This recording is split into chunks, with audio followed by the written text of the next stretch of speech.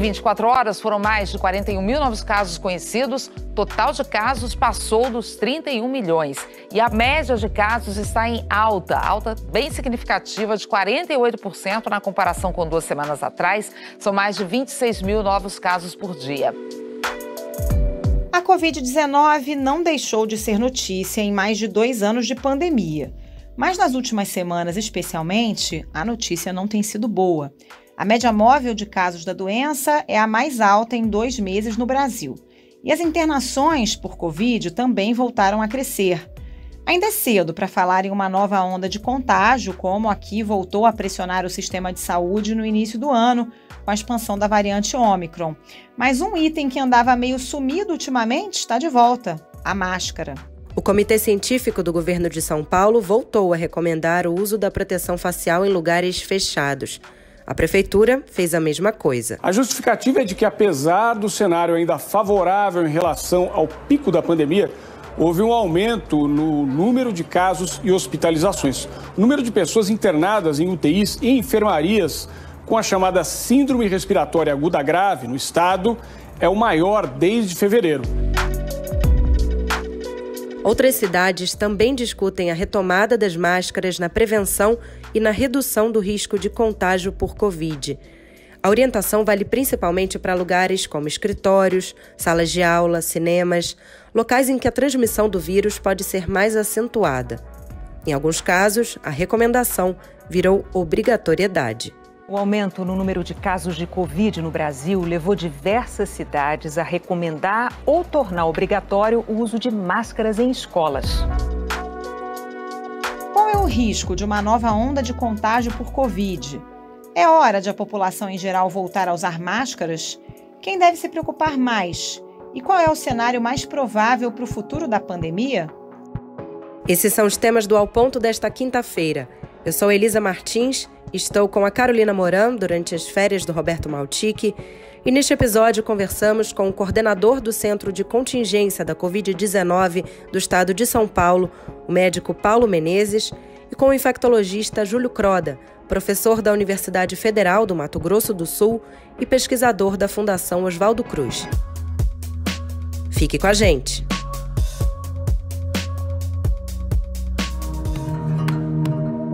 Professor Paulo Menezes, o que o Comitê Científico de São Paulo levou em conta para recomendar a volta do uso de máscaras em locais fechados? O Comitê Científico levou em conta os diversos indicadores com os quais nós trabalhamos. Os principais são sempre o número de casos dia por semana, o número de internações por dia em cada semana e o número de óbitos por dia em cada semana, a evolução desses indicadores. Esses foram os principais.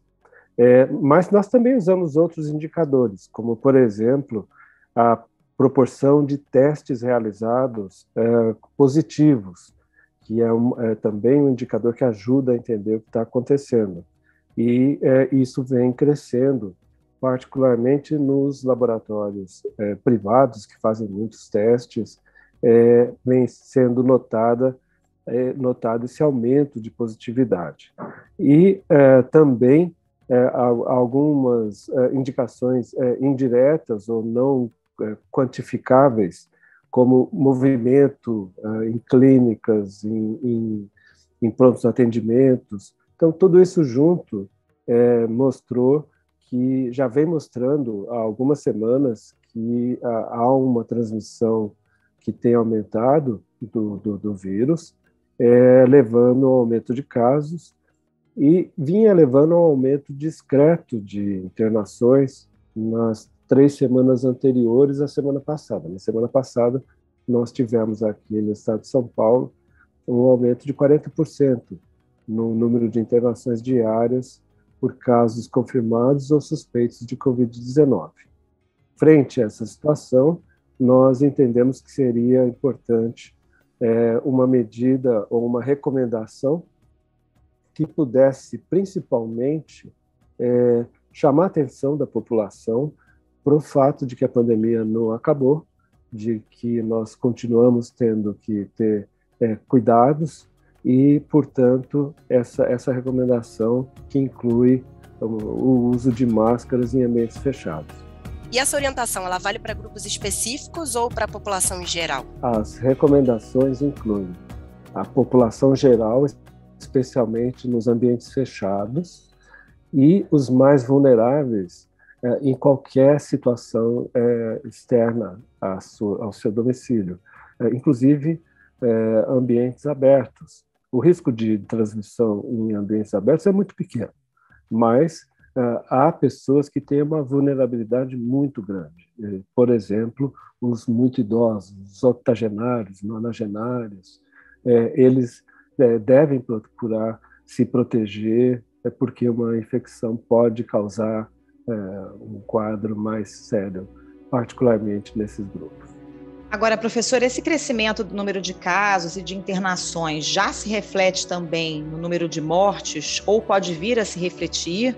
Ou o senhor acredita que, graças à vacinação, a tendência é que o número de mortes se mantenha estabilizado? É possível e esperado que haja algum reflexo, infelizmente, no número de mortes, que sempre é observado algumas semanas depois do aumento no número de internações. Mas nós temos também dados que mostram que, particularmente nesse ano, nesse início de ano, nos 4 primeiros meses de 2022, a letalidade de pacientes internados caiu significativamente. Ano passado, ela vinha na faixa de até 40%, 30% a 40% das pessoas que eram internadas, infelizmente, iam a óbito. E já nesse início de ano, a partir de janeiro, fevereiro, mas principalmente março e abril, essa letalidade caiu para cerca de 15%. Então, isso mostra que, além da vacinação proteger a população de casos mais graves, nós tivemos uma onda Ômicron que foi muito forte. O número de casos nesse início de ano foi muito maior do que o pico que nós tivemos nas ondas anteriores. Mas isso, felizmente, não se refletiu no aumento proporcional de internações. Houve um aumento de internações, mas numa proporção muito menor. E também se refletiu numa redução proporcional do número de óbitos. Então, a vacinação ela é essencial para que nós continuemos de uma forma o mais segura possível enfrentando esse vírus. Mas o senhor acredita que, considerando essa nova alta que a gente tem visto, a gente pode ter uma nova onda com explosão de contágio na proporção do que a gente viveu com a Ômicron em janeiro? Não acredito que vá ser intensa como o que nós vivemos no início do ano, por algumas razões. A cobertura vacinal ela continua avançando. Agora, o essencial é expandir, e isso foi uma das recomendações do comitê ontem, expandir a cobertura completa para aqueles que ainda não têm. E o que eu quero dizer com completa? 4ª dose para as pessoas com 60 anos ou mais, 3ª dose agora para quem tem 12 anos ou mais, essa semana foi iniciada a 3ª dose para adolescentes também. O Ministério da Saúde afirma que o reforço ao esquema primário de vacinação é necessário para os adolescentes, entre outras razões, por causa da circulação de novas variantes, em um cenário onde ainda não atingimos coberturas vacinais ótimas. E a vacinação das crianças de 5 a 11 anos, que ainda há muita relutância de pais para levar seus filhos para vacinar. Esse é um aspecto. O outro aspecto é que nós temos a circulação dessa subvariante BA2. No início do ano foi a BA1, da Ômicron. E a infecção pela BA1 dá alguma proteção a mais contra a infecção pelo BA2. Então, ainda temos um grande número de casos novos, agora de pessoas que não haviam sido infectadas no início do ano. E foi uma grande proporção da população, talvez mais de 50% da população, de forma que eu espero que essa onda seja bem mais limitada. O senhor falou aí sobre a recomendação de ampliar a vacinação das pessoas que já são elegíveis, né? Como é que isso pode ser feito, professor? Porque, como o senhor disse, há muita resistência, tem gente que realmente não quer tomar vacina, resiste a levar os filhos. Tem que ter uma busca ativa, isso surte efeito? Quer dizer, tem gente que só não tomou a vacina porque não teve oportunidade, ou porque achava que, enfim, não teve tempo, ou o posto era longe, ou esqueceu. Eu acho que a busca ativa pode ser uma das estratégias, mas é preciso muito esclarecimento, muita comunicação a esse respeito. Acho que, por exemplo, o sistema educacional pode ter um papel muito importante em auxiliar a ampliação da cobertura, no sentido de promover discussões, de esclarecimentos, para que as pessoas entendam como essas vacinas que estão disponíveis, elas são seguras, como o risco de ter uma infecção pelo coronavírus e ter consequências dessa infecção é muito, muito maior do que o risco de eventuais reações adversas das vacinas.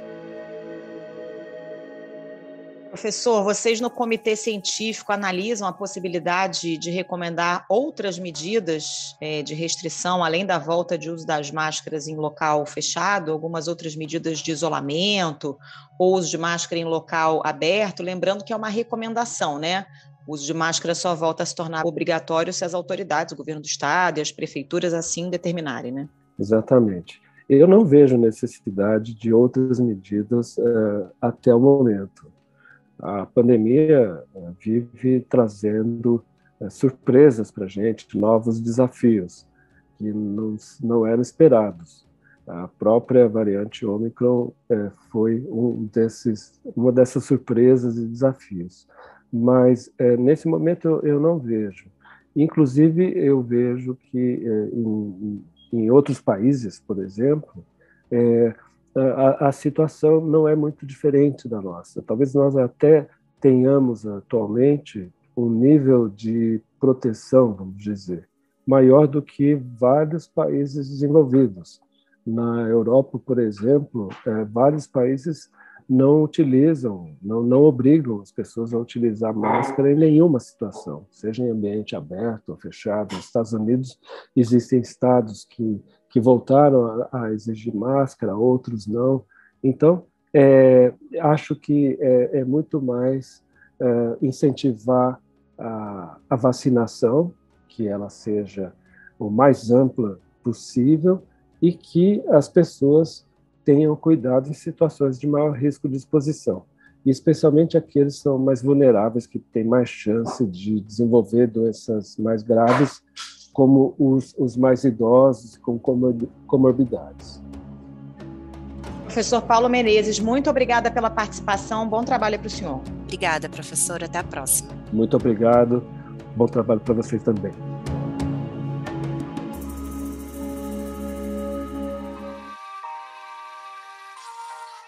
Doutor Júlio Croda, na sua opinião, a gente abandonou o uso das máscaras cedo demais? Está na hora de voltar a usá-las? Pelo menos para algumas situações, Carol. Realmente a gente vive um período sazonal de inverno, onde tem maior transmissão de vírus respiratório, e não é diferente para a Covid.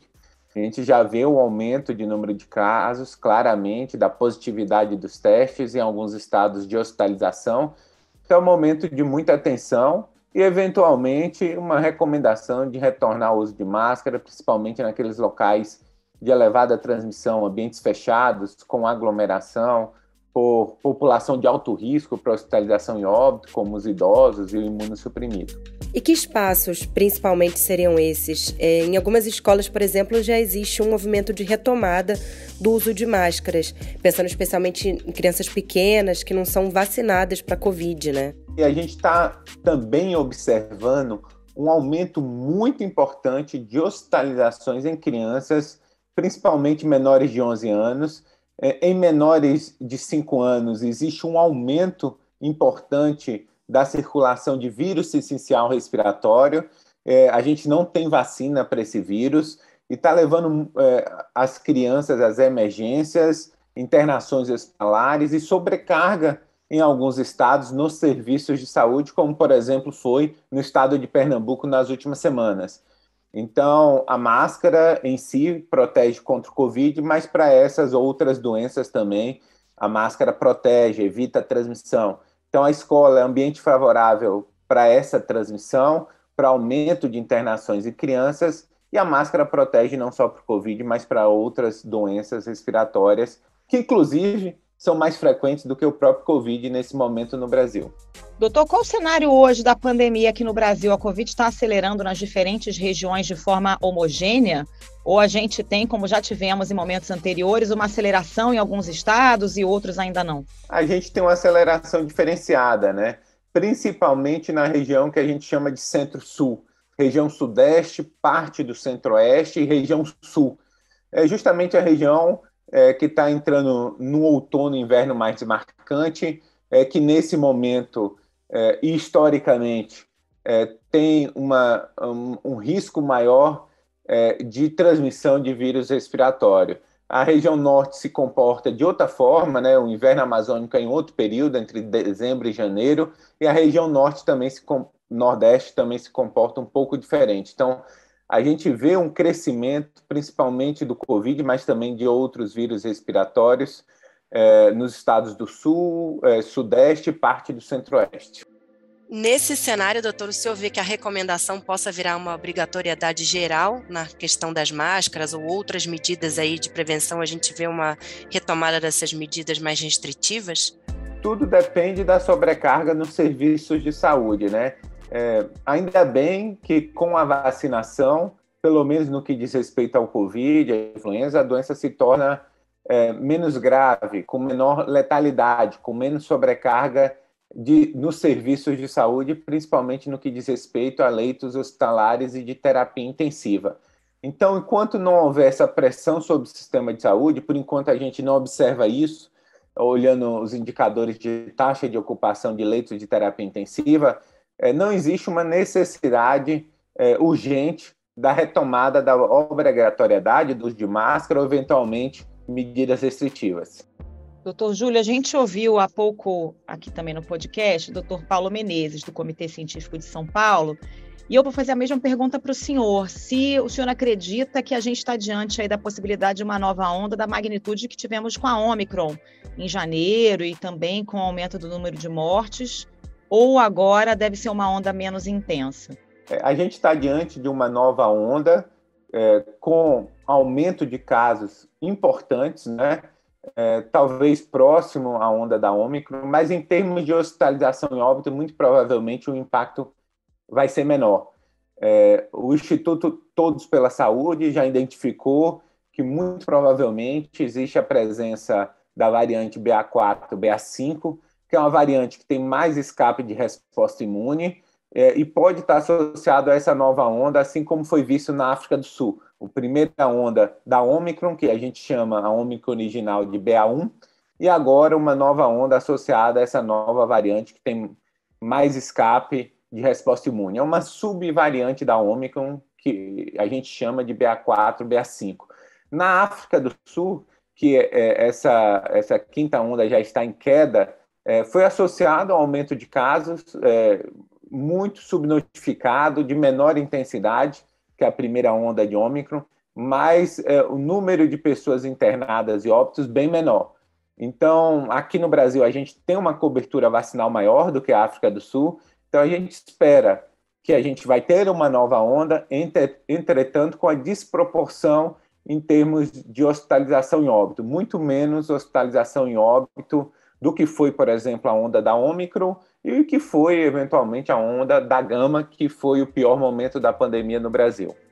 Doutor, uma preocupação natural é de quem já tomou 3 doses de vacina ou 4 doses de vacina, no caso dos idosos e das pessoas imunossuprimidas. Essas pessoas, elas têm motivo para se preocupar diante dessa nova alta de casos? Eu posso dizer que principalmente idosos, né? Porque apesar da vacina funcionar, principalmente protegendo a hospitalização em óbito, a queda dessa proteção é mais marcada para os idosos. Além disso, a gente tem esquemas vacinais diferenciados. O estado de São Paulo optou por ministrar a Coronavac como terceira e quarta dose nessa população de idosos, e o próprio Ministério da Saúde recomenda que seja feita um esquema heterólogo, preferencialmente com Pfizer ou eventualmente AstraZeneca ou Janssen.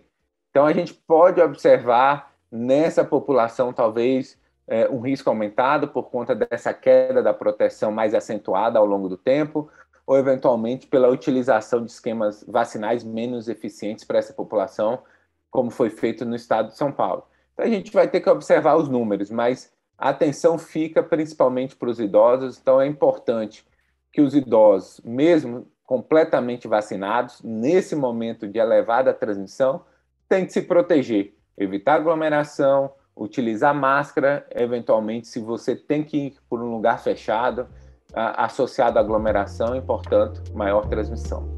Doutor, alguns estados já começam a ampliar o público elegível à quarta dose da vacina. Por exemplo, o Distrito Federal anunciou a ampliação da segunda dose de reforço para quem tem acima de 50 anos e também profissionais da saúde. O senhor acredita que é preciso ampliar esse público elegível à quarta dose da vacina em todo o país? Eu acho que primeiro a gente tem que entender que 3 doses da vacina realmente é o esquema habitual. Nós chegamos a 83% dos brasileiros com 5 anos ou mais que tomaram 2 doses ou a dose única de imunizante para Covid. E a dose de reforço, 57,33% dos que já completaram 18 anos. E a gente tem um público entre 20 e 45 anos, 50 anos, que não retornaram para tomar essa terceira dose. É importante que esse público retorne para tomar essa terceira dose, que atualmente é o esquema, vamos dizer, regular de qualquer pessoa, né? Tanto que foi ampliada para adolescentes na semana passada. Depois disso, a gente tem que garantir que a gente tem uma excelente cobertura de quarta dose em idosos acima de 60 anos, porque esse é o público de maior risco para hospitalização e óbito. A ampliação tem que ocorrer no momento que você já tem boa cobertura de terceira dose na população geral, acima de 12 anos, e boa cobertura de quarta dose acima de 60 anos. Porque os dados que nós temos a respeito da quarta dose mostram que a proteção dura muito pouco tempo para a doença sintomática e o ganho adicional em termos de hospitalização e óbito, ele se restringe principalmente nos idosos. Doutor, que cenário o senhor acredita que é mais provável que a gente tenha daqui para frente? Esse de surtos sazonais de Covid no outono e inverno? Muito provavelmente, né, a gente vai entrar nesse período sazonal. A gente ainda não definiu esse período sazonal, talvez esse seja o primeiro ano que a gente está vendo um aumento específico de Covid durante o outono e inverno nas regiões que ocorrem esse aumento. Então, talvez esse seja o primeiro período sazonal. A gente está tendo ainda com muita frequência novas ondas de infecção associada a novas variantes. Mas o que a gente observa ao longo, pelo menos, de 2021, é que com a vacinação, cada vez menos a gente tem um impacto sobre a hospitalização e óbito. Então, mesmo que surjam novas variantes, se essas variantes não tiverem um escape de resposta imune muito importante, principalmente no que diz respeito à hospitalização e óbito, a tendência é que esses surtos associados ao Covid, esses surtos sazonais associados ao Covid, se tornem menos letal e, portanto, sendo necessário o acompanhamento, mas sem a necessidade de impor medidas restritivas ou o retorno de uso de máscara em qualquer condição. Doutor Jolie Crowder, muito obrigada pela participação do senhor no Ao Ponto. Até a próxima. Muito obrigada, doutor. Um abraço. Até a próxima. É um prazer estar novamente no Ao Ponto.